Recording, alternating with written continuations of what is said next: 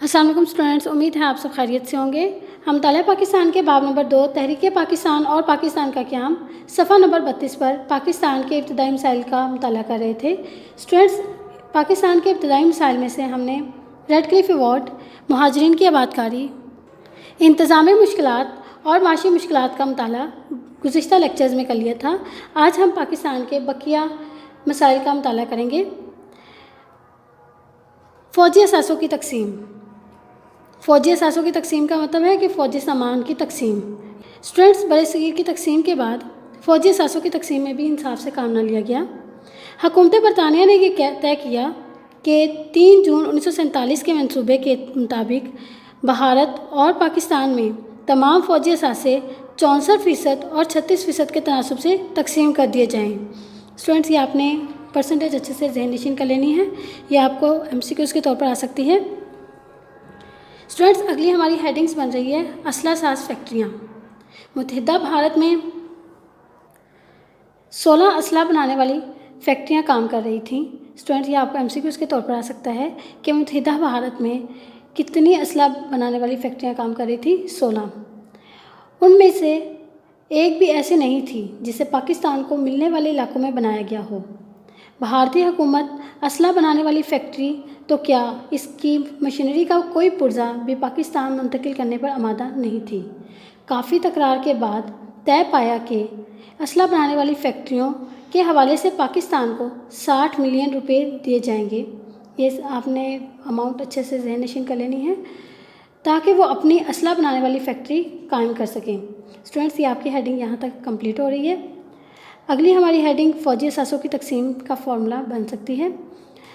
आम फ़ौजी असासों की तकसीम का जो फार्मूला बनाया गया, हुकूमत हिंद ने इसे भी मुस्तरद कर दिया, जिससे हालात मज़ीद पेचीदा हो गए।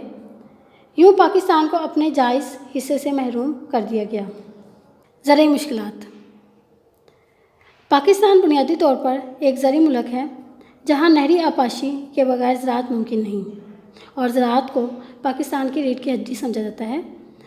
तकसीम हिंद के वक्त दरियाओं और नहरों पर अहम हेडवर्क्स स्टूडेंट्स ऐसे पॉइंट्स होते हैं जहाँ जिसके ज़रिए से पानी को कंट्रोल किया जा सकता है, और ये दरियाओं और नहरों पर लगाए जाते हैं, भी भारत को दे दिए गए, जिसके नतीजे में हमारी नहरों का कंट्रोल भी भारत के पास चला गया।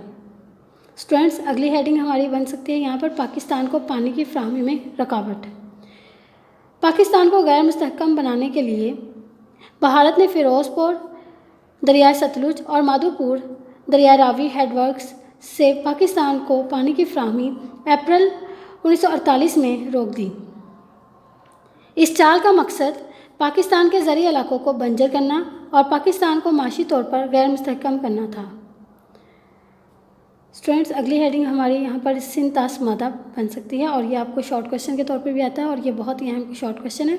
1960 के तहत दोनों ममालिक के दरमियान पानी की तकसीम का मसला हल हुआ। 3 दरिया रावी, सतलुज और ब्यास भारत को, और दूसरे 3 दरिया सिंध, जहलम और चनाब पाकिस्तान को मिल गए। स्टूडेंट्स, ये आपको अच्छे तरीके से याद करना है कि कौन कौन से दरिया भारत को और कौन से दरिया पाकिस्तान के हिस्से में आए। ये आपको शॉर्ट क्वेश्चन के तौर पर आ सकता है। सियासी मुश्किलात। क़याम पाकिस्तान के वक्त पाकिस्तान को कई सियासी मसाइल का भी सामना करना पड़ा। आज़ादी के वक्त कई आज़ाद शाही रियासतों ने पाकिस्तान के साथ इल्हाक़ किया। इनमें मनावा दर, दीर, सवात, जूनागढ़ वगैरह शामिल थी। स्टूडेंट्स, यहाँ पर हमारी हेडिंग रियासतों का इल्हाक़ बन सकती हैं। भारत को इन रियासतों का इल्हाक़ पसंद आया और इसने जूनागढ़ पर 9 नवंबर 1947 को कब्ज़ा कर लिया। इसी तरह रियासत कश्मीर पर भी भारत ने 1947 के आखिर में कब्ज़ा कर लिया, और यहाँ पर हमारी स्टूडेंट्स हेडिंग बन सकती है रियासत कश्मीर पर कब्ज़ा।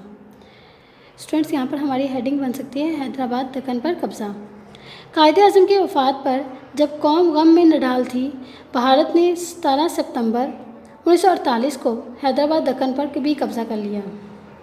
इस तरह कदम कदम पर भारत ने पाकिस्तान के इस्तेहकाम के ख़िलाफ़ मुसलसल काम किया। कश्मीरी अवाम पाकिस्तान से इल्हाक़ करना चाहते थे।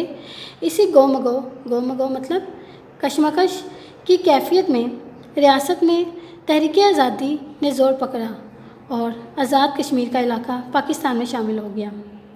اسٹوڈینٹس، آج ہم نے ابتدائی مسائل میں فوجی اثاثوں کی تقسیم، زرعی مشکلات اور سیاسی مشکلات کا مطالعہ کیا ہے۔ آج کے لیے اتنا ہی، اجازت دیجیے، اپنا بہت سا خیال رکھیں، اللہ حافظ۔